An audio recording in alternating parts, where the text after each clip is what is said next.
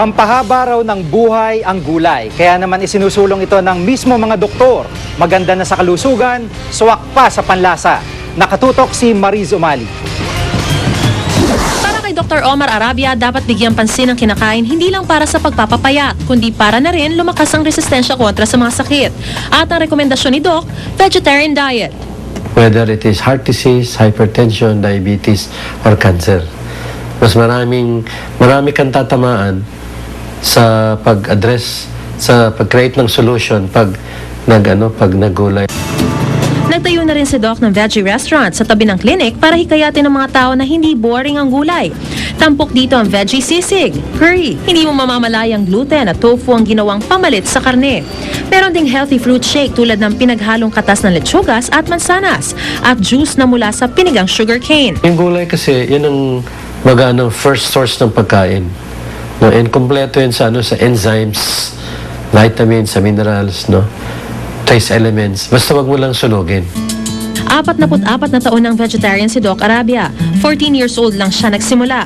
Aniya, maling nutrition daw kasi ang isa sa sanhi ng mga sakit tulad ng cancer. Ang mga anti-cancer nutrients tulad ng vitamin C, B17, hydroquinones at beta-carotene hindi raw makukuha sa karne ng hayop.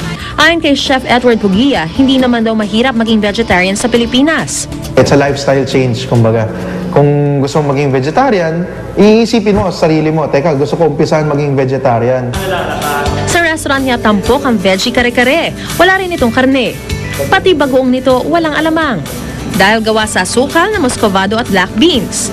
Meron ding lasagna na silken tofu ang gamit imbes na keso. At para sa dessert, chocolate cookies, cake at coconut ice cream. Lahat hindi ginamitan ng mga produktong dairy. Ang vegetarian diet hindi naman daw kailangang nakakaumay dahil sabi nga ng matatanda, ang pagkain ng gulay susi sa mahabang buhay. Mariz Umali, Nakatutok, 24 Oras. Isang bodega ng mga paputok ang sumabog sa Zamboanga City kahapon.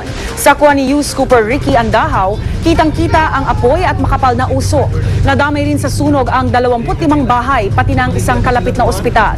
Nakunan din po ang sunog ni News Cooper Charis Canopin. Ayon sa mga rumespondeng bumbero, hindi raw bababa sa 3 ang nasugatan sa sunog. Pwede pa rin kayo magpadala ng mga video o litrato ng mga mahalagang balita. Mag-log on sa www.newscoop.tv.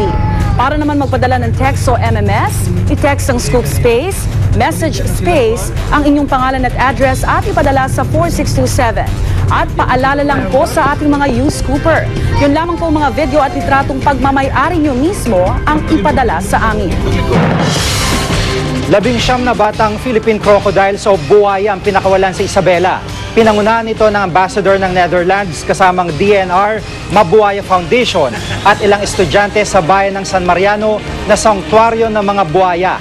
Binuksan din ang isang rearing station ng Buhaya Foundation o Mabuhaya Foundation kung saan pararamihin ang mga buhaya. Threatened o namimiligrong maubos ang Philippine crocodiles. Kaya't apela ng mga otoridad, pangalagaan at paramihin pa ang mga ito. 12 pares ng lion dancers ang nagpakitang gilas sa isang mall. Patikim daw ito sa pagsalubong sa Chinese New Year. Nakatutok si Micaela Papa.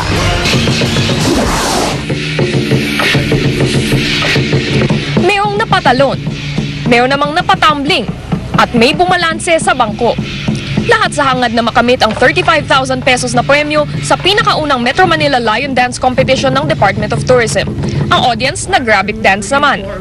Itong event na ito, this is the very first that we're holding kasi alam natin na yung Chinese New Year, it's a very important event dito sa atin kasi marami tayong mga Chinese-Filipino, meron tayong Chinese-Filipino community.